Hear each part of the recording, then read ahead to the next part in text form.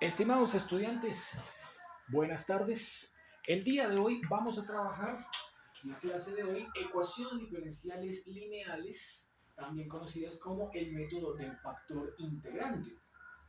Son ecuaciones diferenciales que en principio uno puede escribir de esta forma: primera derivada más una función llamada p que multiplica la función sin derivar igual a otra función llamada q. Funciones que en principio pueden ser continuas, pero no necesariamente tienen que serlo. Para reducir entonces las dos fórmulas que nos van a ayudar a resolver ecuaciones diferenciales lineales, es decir, de este estilo, llamemos a esta la ecuación número 1, vamos a partir de la hipótesis que existe una función u dependiente de x, por supuesto no nula, tal que al multiplicar la ecuación 1 por esa función u, nos quedará y primado por u más p por y por u, y al lado de la mano derecha q por u. La hipótesis del factor integrante o de las ecuaciones diferenciales lineales consiste en asumir o suponer que el lado de la mano izquierda puede igualarse con la derivada del producto y por u. Es decir, estos dos términos, y primado u más p por y por u, deben corresponder a la derivada del producto yu. Derivada del primero por el segundo sin derivar, más el primero por la derivada del segundo. Si esta igualdad se da, es claro que estos dos términos, al ser iguales, los podemos eliminar y que por tanto el producto PYU debe ser idéntico al producto YU primado.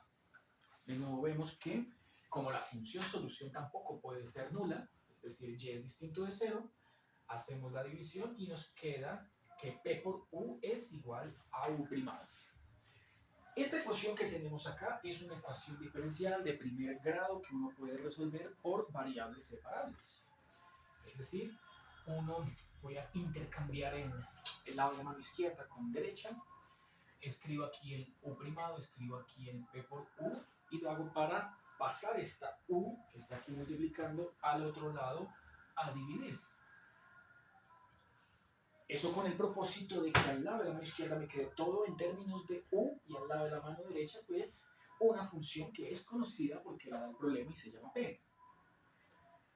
Si hago eso, puedo permitirme integrar a ambos lados de la igualdad. Entonces, si quiero integrar a ambos lados de la igualdad, debo usar el diferencial x, ¿no? Integro, diferencial x, integro, diferencial x. La idea no es usar el concepto de integral indefinida, porque van a salir constantes de integración, ¿cierto? Sino usar el concepto de primitiva, el concepto de antiderivada, que no necesita constante de integración o cuya constante de integración es igual a 0. Esta expresión de acá corresponde a una vieja fórmula que se conoce del cálculo diferencial y dice que si uno tiene la integral de la derivada de una función sobre la función sin derivar, toda expresión integrando un fraccionario o racional que quede planteado de esa manera puede resolverse como el logaritmo natural del valor absoluto de la función sin derivar. Si es integral se le pone constante y como es primitiva entonces no. Es claro que aquí u hace las veces de esta fórmula, en esta fórmula general de la función f, y que por tanto este lado de la mano izquierda corresponde al logaritmo del valor absoluto de la función u, mientras que al lado de la mano derecha queda planteada la integral de p de x. De aquí, de esta última expresión, vamos a obtener lo que se conoce como el factor integrante. El factor integrante lo vamos a sacar utilizando la base Euler a mano izquierda y a mano derecha para que elimine el logaritmo, propiedades de los exponentes y los logaritmos, ¿cierto? Se eliminen y despeje sin valor absoluto a la cantidad que antes habíamos llamado u. parte de la hipótesis, ¿no? Al otro lado de la igualdad nos queda Euler a la integral de P de X. Esa será entonces nuestra ecuación número 2, clave para lo que necesitamos más adelante, para la solución de los ejercicios de lineales, ecuaciones lineales. Bueno, la tercera y última ecuación es la que nos va a permitir obtener el resultado que aquí nos pide, ¿cierto? Que es la función y en términos de x, explícita normalmente. Y para ello, bueno, necesitamos entonces reemplazar esta expresión en la suposición que se hizo al comienzo, de que el lado de la mano izquierda correspondía a la derivada de este producto, y trabajarlo a partir de ahí, conociendo el valor de u, ¿cierto? Que es ese Euler a la integral de p de x. Entonces, para obtener y de x, lo que hacemos es, desde este paso, justamente, trabajar el producto y-u en derivada, igualándolo a q por u, y como esta expresión es válida y es precisamente una derivada igualada a otra expresión, o sea, una ecuación diferencial de primer orden, igual que hace un instante, como hicimos acá, vamos a integrar a ambos lados de la igualdad con respecto a x. Entonces, integro a la izquierda con respecto a x, y al otro lado también integro con respecto a x el producto q por u. Bueno, aquí en este integral sí nos va a salir una constante de integración. Es decir, aquí desaparece la integral y la derivada, nos queda únicamente la función y por u, sin derivar y sin integrar, ¿no? Esto es por el primer teorema fundamental del cálculo. Al otro lado de la igualdad nos queda planteada la integral de q por u de x más una constante de integración. Allí sí no es primitiva. Primitiva era solo para la fórmula 2, el factor integrante. Aquí sí toca colocarle el c, la constante de integración. Por último, como estamos buscando el valor de y, basta con despejarlo, ¿cierto?, de esta expresión y obtener que y de x es igual a 1 sobre u veces toda esa cantidad que tenemos a la derecha. Integral de q por u de x más la constante de integración. Como u ya es conocida, la tenemos de acá, ¿cierto? Uno puede de aquí expresar lo que estamos buscando, que es la función y, como 1 sobre u. El u es un Euler, ¿no? Entonces, 1 sobre u, es más, podemos hacerlo acá. 1 sobre u, que sería 1 sobre Euler a la integral de p de x. Se puede también escribir por propiedades de los exponentes como Euler a la menos integral de p de x. Esta expresión es la que va afuera del paréntesis. Euler a la menos integral de p de x. Factor de la integral de q por u. U es justamente la ecuación número 2. Entonces ahí vamos a reemplazar la u por Euler a la integral, ahí sí es positiva, de p de x de x. Sugiere entonces que hay que resolver dos integrales para obtener la solución y. Me falta ponerle el más c y cerrar el paréntesis. A esta ecuación que tenemos acá vamos a llamarla número 3. Y con esa colección de tres ecuaciones, la forma general, el factor integrante y la solución, ¿cierto? Esta es la que llamaríamos la solución y. Con esas tres vamos a resolver cualquier ecuación diferencial lineal que tenga estas características, ¿no? Entonces, comencemos los ejemplos de la clase del día de hoy. Primero haciendo un listado, voy a ponerlo acá, en la parte superior del tablero. Voy a hacer un listado de las ecuaciones que necesito. Primero la forma básica, que es y primado más p por y igual a q, ecuación número 1, forma base. Dejo ahí escrito el factor integrante. Y por último, voy a escribir acá la función y, que es la que está en la parte inferior del tablero. y que es la que me conduce a la solución del problema que esté trabajando.